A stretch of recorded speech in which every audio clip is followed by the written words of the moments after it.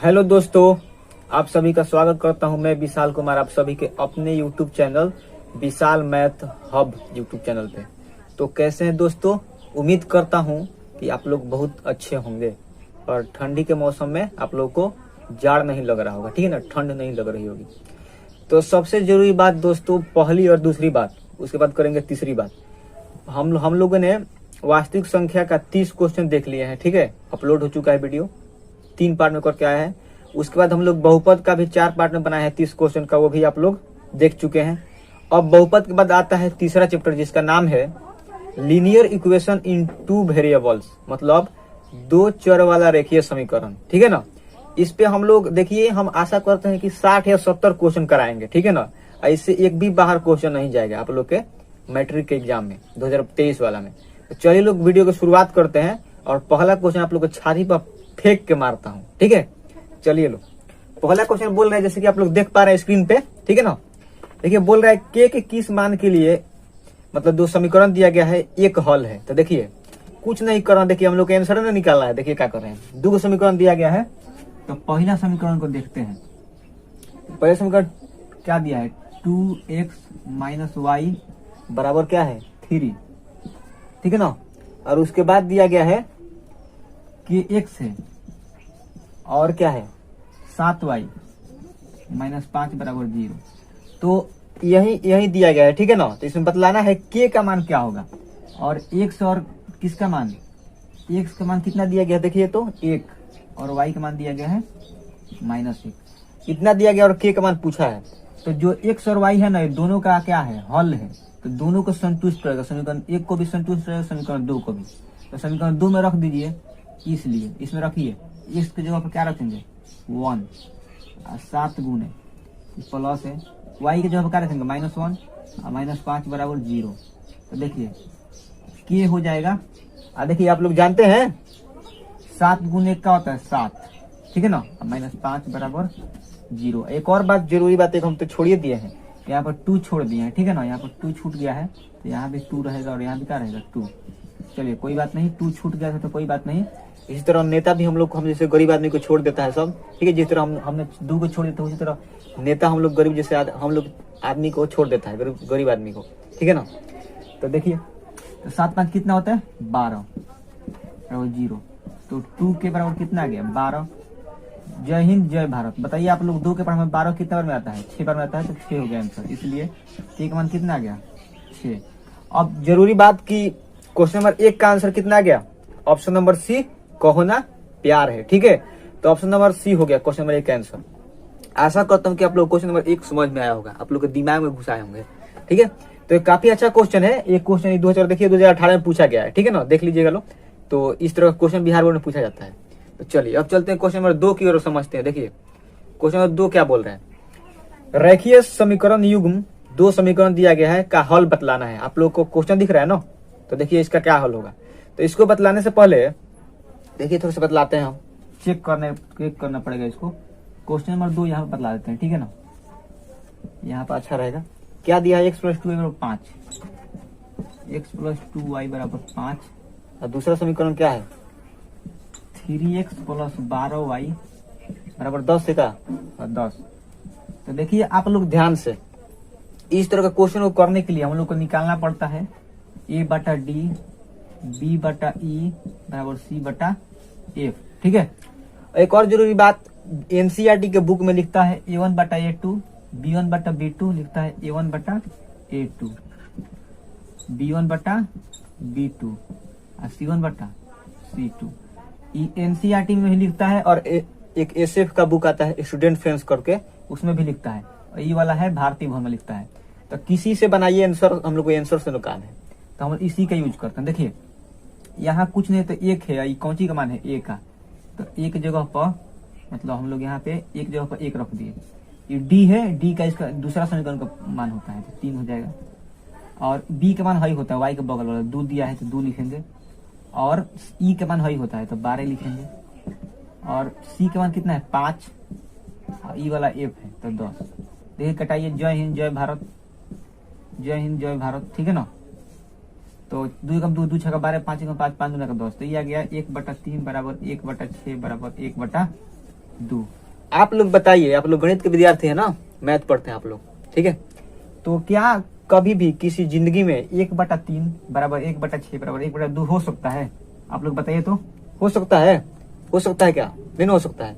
तो देखिए बराबर तीनों का तीनों नहीं है, जब तीनों का तीनों बराबर नहीं है तो जिस मतलब A/D बराबर B/E बराबर C/F अगर तीनों का तीनों नहीं बराबर होता है तो उस केस में हम लोग बोलते हैं कि इसका मतलब क्या हल है, अद्वितीय हल है, यूनिक हल है। तो इसका एक हल होता है। तो दिया है 4 ऑप्शन, पहले में एकल है, दूसरा में कोई हल नहीं, और करके 3-4 को दिया है। आप लोग तो देख ही पा रहे स्क्रीन पे। तो इसका आंसर जो होगा एक हल होगा, ठीक है ना। अद्वितीय हल जिसका होता है उसका एक हल होता है। तो इसलिए क्वेश्चन नंबर 2 का आंसर होगा एक हल, ठीक है। आशा करता हूँ कि आप लोग क्वेश्चन नंबर 2 का आंसर समझ गए होंगे। Option number A Anarkali disco, चलिए ठीक है। चलिए और हम लोग चलते हैं क्वेश्चन नंबर 3 पर समझते हैं। देखिए क्या बोल क्वेश्चन नंबर 3, जिस समीकरण निकाय का अद्वितीय हल हो वह उसका निकाय क्या होता है? जिस समीकरण का अद्वितीय हल होता है ना, उसका जो समीकरण निकाय होता है अविरोधी होता है। क्या होता है? अविरोधी। तो आप लोग 3 बात ध्यान रखिए। जिस समीकरण निकाय का अनंत हल होता है तो उसका समीकरण निकाय क्या होता है? आश्रित होता है। इससे एक क्वेश्चन आना ही आना है, तय है। तो आप लोग इसको ध्यान से सुन लीजिए आज। जिस समीकरण निकाय का अनंत हल होता है ना तो उसका क्या होता है? समीकरण निकाय होता है आश्रित, ठीक है। और जिस समीकरण का अद्वितीय हल होता है उसका जो निकाय वो समीकरण का निकाय हल होता है अविरोधी। और जिस समीकरण निकाय का कोई नहीं हल होता उसका क्या होता है? आंसर विरोधी होता है। तो क्वेश्चन नंबर 3 में पूछा गया है कि अद्वितीय हल है तो समीकरण निकाय कैसा होगा? तो वो होगा अविरोधी। Option number B for Baahubali. बहुत अच्छी बात है। चलते हैं क्वेश्चन नंबर 4 की ओर। देखिए क्या बोल रहा है। बोल रहा है यदि युगपत समीकरण निकाय का कोई हल नहीं हो तो उस समीकरण निकाय का क्या हल कहलाएगा? तो जब कोई नहीं हल होगा ना तो उस केस में आंसर क्या आएगा? विरोधी आएगा, ठीक है ना। तो आशा करता हूँ कि आप लोग ये भी समझ गए होंगे। इसके साथ चलते हैं क्वेश्चन नंबर 5 की ओर। देखिए वो भी क्वेश्चन बोल रहा है कि यदि युगपत समीकरण निकाय का अनगिनत हल हो तो वह समीकरण निकाय कहलाता है। तो जिसका अनंत हल होता है ना वो क्या होता है? उसका आंसर अभी भी बताया कुछ देर पहले ना, आश्रित होता है। तो आश्रित होता है, ठीक है। तो आशा करता हूँ कि आप लोग यहाँ तक क्वेश्चन समझ गए होंगे, क्वेश्चन नंबर 5 तक। तो थोड़ा देर वेट कीजिए, चलते हैं क्वेश्चन नंबर। हेलो दोस्तों, हम लोग 3 कॉन्सेप्ट को समझते हैं, ठीक है ना। तो दोस्तों हम लोग 3 कॉन्सेप्ट को समझते हैं। देखिए क्या कौन कौन कॉन्सेप्ट है। देखिए सबसे पहले अगर कहीं भी इस तरह का कॉन्सेप्ट दिखे A/D is not equal to B/E is not equal to C/F, तो उस केस में हम लोग कह सकते हैं कि उस समीकरण निकाय का मतलब 2 समीकरण होता है। कौन का समीकरण होता है? देखिए एक अगर समीकरण है AX plus BY plus C बराबर 0 और दूसरा समीकरण कौन सा हो? ठीक है, DX plus EY plus C बराबर नहीं, यहाँ पर C नहीं होगा, क्या होगा बताइए आप लोग? यहाँ पे F होगा, F बराबर 0। 2 समीकरण अगर ये दिया हो, ठीक है ना, तो बतलाना है हम लोग को, ठीक है, कि कौन कौन सा शर्त होता है। देखिए अगर A/D is not equal to B/E is not equal to C/F हो तो उस केस में अद्वितीय हल होगा, ठीक है ना। तो जब अद्वितीय हल होता है तो अविरोधी होता है, ठीक है ना। अगर कहीं कहीं प्रतिच्छेदी भी पूछ लिया जाए तो उस केस में हम लोग बोलते हैं कौन सा हल होता है? अद्वितीय हल। चलिए इतना क्लियर है आप लोग को, तो आगे चलते हैं। देखिए क्या होता है, अगर A/D बराबर B/E is not equal to C/F हो तो उस केस में हम लोग बोल सकते हैं कि उस समीकरण निकाय का कोई हल नहीं है, ठीक है ना। तो कोई हल नहीं है तो वहां पर विरोधी हो जाता है उस समीकरण निकाय का। उस समीकरण का निकाय क्या होता है? विरोधी। अगर बोला जाए कि कहीं 2 समीकरण है, एक ई समीकरण एक ई समीकरण, अब बोला जाए कि समानांतर है, तो अगर समानांतर का बात किया जाएगा तो उस केस में कोई हल नहीं होता है, ठीक है ना। तो इतना आप लोग क्लियर है। आगे चलते हैं। तीसरा नंबर कंडीशन, A/D बराबर B/E बराबर C/F। अगर तीनों का तीनों बराबर हो तो उस केस में हम लोग बोल सकते हैं अनंत हल होगा या फिर क्या होगा? अनगिनत हल होगा, ठीक है ना, या फिर अनेक रूप से अपरिमित हल होगा, ठीक है ना। ठीक है, तो इस केस में अगर अनंत हल होता है तो उस केस में समीकरण का निकाय आश्रित होता है। अगर बोला जाए कि 2 रेखा संपाती हो, तो जब 2 रेखा संपाती होता है ना तो उस केस में अनंत हल होता है या फिर क्या होता है? अनगिनत हल होता है। तो इतना क्लियर है। और यहाँ पर पूछा जाए कि A, B, C, D, E, F क्या है, तो देखिए दोस्त यहाँ पे जो है ना, ये जो है पहला समीकरण का कोफिशिएंट है, एक से गुणांक है। B जो है पहला समीकरण का y गुणांक है, C कांस्टेंट है। ये दूसरा समीकरण है D जो है दूसरे समीकरण का कोफिशिएंट है, मतलब गुणांक है। और E है y का गुणांक है और F कांस्टेंट है दूसरे समीकरण का, और 0। इतना क्लियर है आप लोग को, तो आशा करते हैं कितना आप लोग समझ गए होंगे। और एक जरूरी बात, ये NCERT किताब में या फिर क्या बोलता है भारतीय किताब में ऐसे दिया होता है 3 ठो कंडीशन, 3 ठो शर्त, 3 ठो शर्त होता है, इंग्लिश में कंडीशन बोल सकते हैं। कहीं कहीं समीकरण इस तरह रहेगा तो इतना लागू होगा, नहीं तो इसको ऐसे भी लिखता है a1x plus b1y plus c1 बराबर 0। एक समीकरण हो गया। एक लिखता है a2x plus b2y plus c2 बराबर 0। इस तरह भी कॉन्सेप्ट को लिखा जाता है, ठीक है ना। तो आप लोग ऐसे भी देख सकते हैं, थोड़ा सा लाइन टेढ़ा है कोई बात नहीं। तो ऐसे अगर होगा तो इसका कौन सा सूत्र बनेगा, a1 बटा a2 is not equal to b1 बटा b2। देखिए यहाँ पर मैं लिख देता हूँ a1 बटा a2 is not equal to b1 बटा b2 is not equal to c1 बटा c2। कौन सा हल है, अद्वितीय हल है, ठीक है ना। और एक और बात, अगर ई वाला कंडीशन निकला हो तो देखिए कैसे लिखाएगा a1 बटा a2 बराबर b1 बटा b2 is not equal to c1 बटा c2। तो ई वाला भी सेम कंडीशन है, इसी पे लागू होगा। और तीसरा नंबर कैसा कॉन्सेप्ट होगा, देखिए a1 बटा a2, ठीक है, b1 बटा b2 इज नॉट इक्वल बराबर c1 बटा क्या होगा c2। इसमें तीनों का तीनों क्या होगा, बराबर होगा। तो सूत्र सेम है, ठीक है ना, इसमें कोई दिक्कत नहीं है, क्योंकि जो सूत्र ई वाला है, ठीक है ना, वही सूत्र ई वाला है, आप लोग देख पा रहे हैं। और जो सूत्र ई वाला है वही सूत्र ई वाला है, जो सूत्र ई वाला है वही सूत्र ई वाला है। तो मतलब एक ही सूत्र को अलग अलग रूप दिया गया है। तो आप लोग कोई एक याद रखिए, अगर आप लोग को अच्छा लगता है आप लोग ई वाला याद रखिए, ठीक है ना।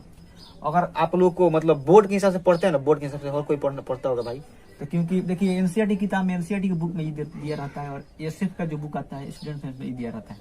तो आशा करता हूँ कि आप लोग इतना समझ गए होंगे। जब इतना समझ गए तो कुछ क्वेश्चन का आप लोग जवाब दीजिए। देखिए लो मैं पूछ रहा हूँ क्वेश्चन नंबर 6 से। देखिए बोल रहा है कि क्वेश्चन नंबर 6, समीकरण निकाय इतना का अद्वितीय हल है, तो बताइए अद्वितीय हल क्या होता है। तो अद्वितीय हल होता है तो a1 बटा a2 is not equal to b1 बटा b2 is not equal to c1 बटा c2 है।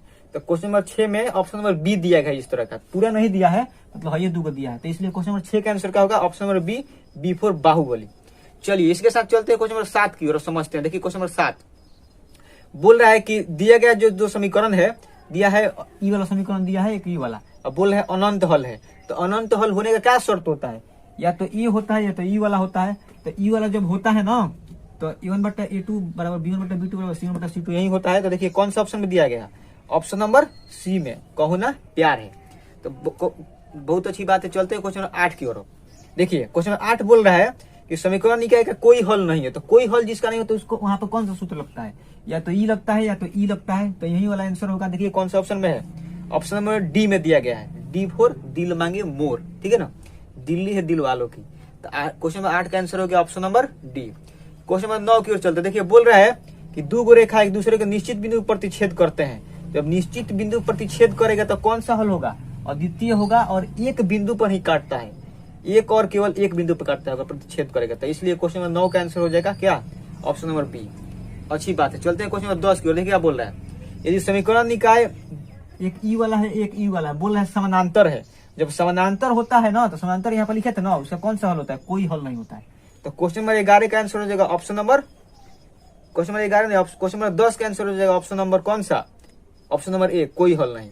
तो चलिए अच्छी बात है। चलते हैं क्वेश्चन नंबर 11 की ओर। बोल रहा है दो समीकरण है, उसका संपाती हल है। जब संपाती बोलता है ना, संपाती का अनंत हल होता है। तो अनंत हल होने का ये वाला कंडीशन होता है। तो क्वेश्चन नंबर 11 का आंसर हो जाएगा क्या, ऑप्शन नंबर सी, अनंत हल। तो आशा करता हूँ आप लोग समझ गए होंगे। क्वेश्चन 11 का आंसर होगा ऑप्शन नंबर सी, कहो ना प्यार है। चलते हैं क्वेश्चन नंबर 12 की ओर, समझते हैं। देखिए क्वेश्चन नंबर 12, क्वेश्चन नंबर 12 का आप थोड़ा सा वेट कीजिए, मैं बता रहा हूँ थोड़ा सा, ठीक है ना। तो चलिए दोस्तों देखते हैं क्वेश्चन नंबर 12 से। देखिए क्या बोल रहा है, एक सरल रेखा दिया है, बोल रहा है एक्स अक्ष पर मतलब क्या बिंदु काट रहा है, तो वह बिंदु क्या है। आप लोग बताइए, अगर एक्स अक्ष पर किसी बिंदु का नियम पूछा तो क्या होगा।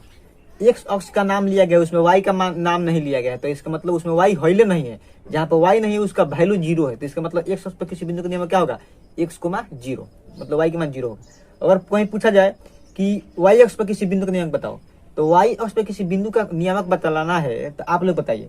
वाई अक्ष बोला गया है तो उसमें एक्स का नाम कहीं नहीं आ रहा है। जब कहीं नहीं आ रहा है तो उसमें एक्स हॉइले नहीं है, तो एक्स नहीं है तो इसका मान क्या है, एक्स का मान 0 है, ठीक है ना। तो वाई अक्ष पर किसी बिंदु का नियमक क्या होता है, 0, वाई। और एक और बात, कोई भी बिंदु का दर्शाने के लिए, मतलब कोई भी बिंदु को नाम लिखने के लिए पहले एक्स लिखा जाता है, उसके बाद क्या लिखा जाता है, वाई। तो किसी बिंदु का नियम क्या होता है, एक्स, वाई। चलिए चलते हैं क्वेश्चन नंबर 12 की ओर, समझते हैं। क्वेश्चन नंबर 12 देखिए क्या बोल रहा है, एक समीकरण दिया गया है, क्या दिया गया है 2x माइनस 3y माइनस 6 बराबर 0, 6 है, ये ना है। अब बोल रहा है कि x अक्ष पर प्रतिच्छेद करता है। जब x पर कटले तो मतलब y का मान वहां पर क्या होगा 0। अब इसमें मान भरिए 2x माइनस 3 गुने 0 माइनस 6 बराबर 0, तो 2x माइनस 6 बराबर 0। आप कहेंगे ये कहा गया 3 में 0 से गुना हो तो 0 हो जाएगा, तो हट गया सीधे। तो देखिए यहाँ पर 2x माइनस उधर जाएगा तो प्लस होगा, 2 3 6, तो x मान कितना आ गया 3। अब बिंदु बतलाना है ना, तो कोई भी बिंदु अगर लिखा जाता है ना, मान लीजिए बिंदु P है तो x, y लिखा जाता है, तो x मान 3 आ गया है, ठीक है ना। और y का मान क्या था 0, क्योंकि x अक्ष पर किसी बिंदु का नियम क्या होता है 0 होता है y का मान। चलिए इतना समझ गए। इस क्वेश्चन का आंसर क्या आएगा, ऑप्शन नंबर कौन सा है, क्वेश्चन नंबर 12 का आंसर होगा option number B, B4 Baahubali, ठीक है। तो चलिए चलते हैं क्वेश्चन नंबर 13 की ओर और समझते हैं क्वेश्चन नंबर 13। देखिए क्या बोल रहा है UI पर काट रहा है। देखिए ये भी सेम तरह का क्वेश्चन है, 2x प्लस 3y माइनस 6 बराबर 0। तो देखिए इसमें बोला है कि y अक्ष पर काट रहा है, तो y अक्ष का जहां नाम आ गया वहां x मान 0 होगा, तो इसमें x मान क्या होगा 0। इसमें मान भरिए 2 गुने 0 प्लस 3 गुने y, माइनस उधर जाएगा तो क्या हो जाएगा प्लस, तो ये तो 0 गुने 0 क्या होगा, यहाँ पर 3y बचेगा। देखिए 0 इंटू 0 होगा, और 0 में 3y 0 में तो क्या हो जाएगा 3y, 3 गुना कितना होता है 6, तो y का मान कितना आ गया 2। यहाँ तो दिख रहा है ना, हाँ। तो जब 2 आ गया तो यहाँ भी एक बिंदु निकालना पड़ेगा P, इसका नियामक होता है x, y। x का मान 0 यहाँ पे है, देखिए y का मान कितना आ गया 2। तो क्वेश्चन नंबर 13 का आंसर क्या होगा, ऑप्शन नंबर ए, आओ कभी हवेली पे अनारकली डिस्को चली। तो आशा करते हैं कि आप लोग क्वेश्चन नंबर 13 को समझ गए होंगे। चलते हैं आगे, देखिए क्वेश्चन नंबर क्या देखेंगे 14। देखिए क्वेश्चन नंबर 14 बहुत ही प्यारा क्वेश्चन है। देखिए बोल रहा है x बराबर 5, x बराबर माइनस 4 में हलों की संख्या बतलाना है, कितना उसका सॉल्यूशन होगा, नंबर ऑफ सॉल्यूशन बतलाना है।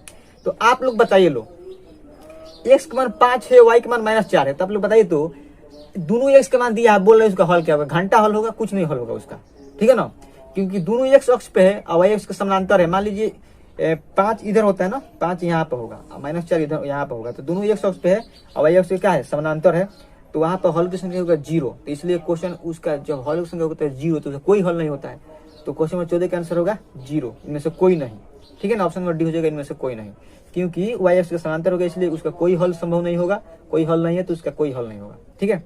अब क्वेश्चन नंबर 15 की ओर चलते हैं। देखिए क्वेश्चन नंबर 15 यहाँ पे देखते हैं। अद्वितीय हल होने का सूत्र होता है a1 बटा a2 is not equal to b1 बटा b2, एन होता है, या फिर a बटा d is not equal to b बटा e। तो आप लोग देखिए क्या दिया है, a1 का मान दिया है 2 और a2 का मान हो जाएगा k, समीकरण दूसरा से is not equal to b1 का मान हो जाएगा क्या 3 और b2 का मान कितना हो जाएगा 9। तो देखिए यहाँ से मैं बतलाता हूँ, 3 3 का 9, 3 कम 3, 3 3 का 9। जय हिंद जय भारत। और k में 1 से गुना होगा तो k आएगा इज नॉट इक्वल टू 3 गुना के 6। इस तरह का ऑप्शन है क्वेश्चन नंबर 15 में, इस तरह का ऑप्शन दिया गया ऑप्शन नंबर बी में B4 बाहुबली। तो आशा करता हूँ, मुझे आशा ना पूर्ण विश्वास है क्वेश्चन नंबर 15 को आप लोग समझ गए होंगे। तो क्वेश्चन नंबर 15 का आंसर होगा option number B B4 Baahubali. चलिए चलते हैं क्वेश्चन नंबर 16 की ओर समझते हैं।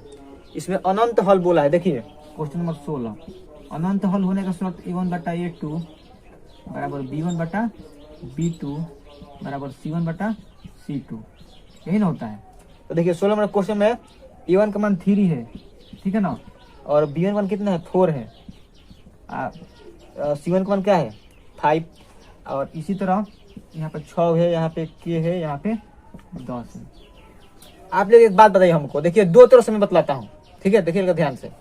मान आप लोग को भरने आ गया होगा, आशा करता हूँ आप लोग भर लिए होंगे। देखिए 3 दुना का 6 डबल है, 5 दुना का 10 डबल है, तो यहाँ भी क्या होना चाहिए डबल ना होना चाहिए, आप लोग बताइए, और आप लोग बताइए। 3 दुना का 6 डबल है ना, 3 दुना का 6, 5 दुना का 10, तो यहाँ भी 4 दुना का 8 है ना होना चाहिए, तो यहाँ पर इसका भी डबल होना चाहिए। तो यहाँ से k का मान कितना आ गया, इसका डबल होना चाहिए, यानी कि 2 गुना 4, तो कितना आ जाएगा 8। बहुत सारे भाई लोग के नहीं समझ में आएगा कि कैसे सर बना दिया, सर कैसे भी हाव मार देते हैं। तो देखो बाबू ये सब जो है ना प्रैक्टिस से आता है, दिमाग लगाओगे तो आएगा को। देखो इसका डबल होगा 4 दुना का 8। अगर आप लोग को नहीं समझ में आ रहा तो देखिए मैं बताता हूँ, यदि कर देता हूँ यहाँ से। मान लीजिए कि ई वाला पहला विधि था, वही नहीं समझ में तो देखिए मैं बतलाता हूँ। 3 बटा 6 बराबर 4 बटा कितना k, 3 एकम 3, 3 दुना का 6, एक बार कटा है, k में 1 से गुना हो तो k आएगा और 4 दूना कितना आ गया 8। तो अब आ गया 8। आप लोग देख लिए प्रूफ, यहाँ पर k का मान कितना आ गया 8। तो इसी तरह इस तरह से भी 8 आ गया। नहीं तो आप लोग ऐसे देख सकते हैं कि 3 का डबल है, 5 का डबल है, तो यहाँ पे 4 का डबल यहाँ पे आएगा। तो 4 का डबल क्या होता है 8, इसलिए हो गया 8 आंसर। तो क्वेश्चन नंबर जो है 16 का आंसर क्या आ गया 8। ठीक है, जो कि ऑप्शन नंबर सी में दिया गया है, कहूँ ना प्यार है, कोई मिल गया। अब कौन सा ऑप्शन में चलेंगे? ऑप्शन नंबर चला जाएगा ऑप्शन नंबर 17 में। क्वेश्चन नंबर 17 में चलते हैं। ठीक है, थोड़ा सा आप लोग वेट कीजिए, चलते हैं क्वेश्चन नंबर। तो चलिए दोस्तों देखते हैं क्वेश्चन नंबर 17 से और समझते हैं। देखिए बोल रहा है कि के किस मान के लिए 2 समीकरण दिया गया है, उसका कोई हल नहीं है। देखिए कोई जब हल नहीं होता है ना, तो कौन सा सूत्र लगता है आप लोग बताइए। a1 बटा a2 बराबर b1 बटा b2 is not equal to c1 बटा c2। नहीं होता है, यहाँ पर दिख रहा है। हाँ देखिए बहुत तिरछा यार लिखते हैं, शुद्ध हो जाता है तिरछा, पता ना मोबाइल कैसे हो गया है। देखिए a1 का मान 1 है तो 1 रखेंगे, और b1 का मान 5 है, मतलब a2 का मान 5 है, b1 का मान 2 है, और b2 का मान क्या है k है, is not equal to c1 का मान कितना है 1, और c2 का मान कितना है -7। देखिए हम लोग को k का मान निकालना है ना, इज नॉट इक्वल टू में आंसर नहीं है, तो इसलिए इस 2 के बराबर करेंगे। देखिए यदि देखिए एक k में 1 से 1 हो जाएगा, ऐसे कर देगा नहीं। देखिए k में 1 से 1, 5 दूना के 10, आंसर आ गया 10। नहीं इस तरह समझना है तो देखिए मैं बतलाता हूँ कैसे। बहुत लोग का चक आ गया होगा चक्कर। देखिए कैसे k में 1 से k हो गया, अब 5 दूना के 10, 10 आंसर हो गया। मारो टिक, ऑप्शन नंबर डी। नहीं समझ में आया, देखो बतलाते हैं। ऐसे बराबर कर दो, इतना और इतना, k में 1 से गुना तो k आएगा, अब 5 दूना के 10।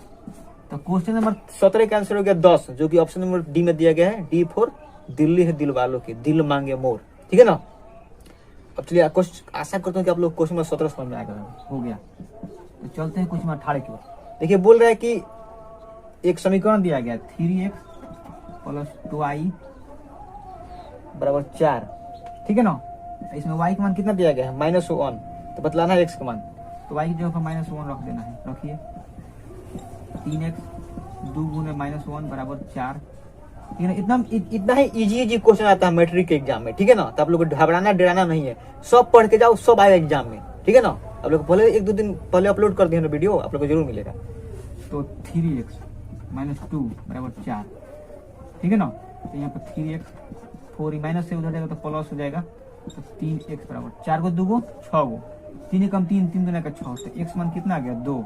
तो x का अनुमान पूछा था भाई जी। क्वेश्चन क्या पूछा था क्वेश्चन 18 में, x का मान बतलाइए। तो क्वेश्चन 18 का आंसर होगा option number B for Baahubali. तो आशा करता हूँ कि आप लोग क्वेश्चन नंबर 18 के आंसर समझ गए होंगे। 19 नंबर क्वेश्चन इसी के जैसा, देखिए बतला देता हूँ। इसमें y का मान पूछा है, देखिए बतलाता हूँ। क्वेश्चन नंबर 19 देखिए क्या बोल रहा है, x प्लस 2y बराबर 10। x प्लस 2y बराबर 10 में x का मान दिया है -2। x बराबर -2 दिया है, y का मान निकालना है। तो यहाँ पर लिखेंगे -2 प्लस 2y बराबर 10। 2y ये 10 है, माइनस का 2 इधर जाएगा तो क्या हो जाएगा प्लस। तो 2y 10 को 2 को 12 को 2 कम 2 छक्का 12, मतलब कहने का मतलब जय हिंद जय भारत। तो y का मान कितना आ गया 6। तो क्वेश्चन नंबर 19 में पूछा है, उसमें कौन सा आंसर होगा। तो क्वेश्चन नंबर 19 का आंसर होगा ऑप्शन नंबर सी, कहो ना प्यार है। ठीक है।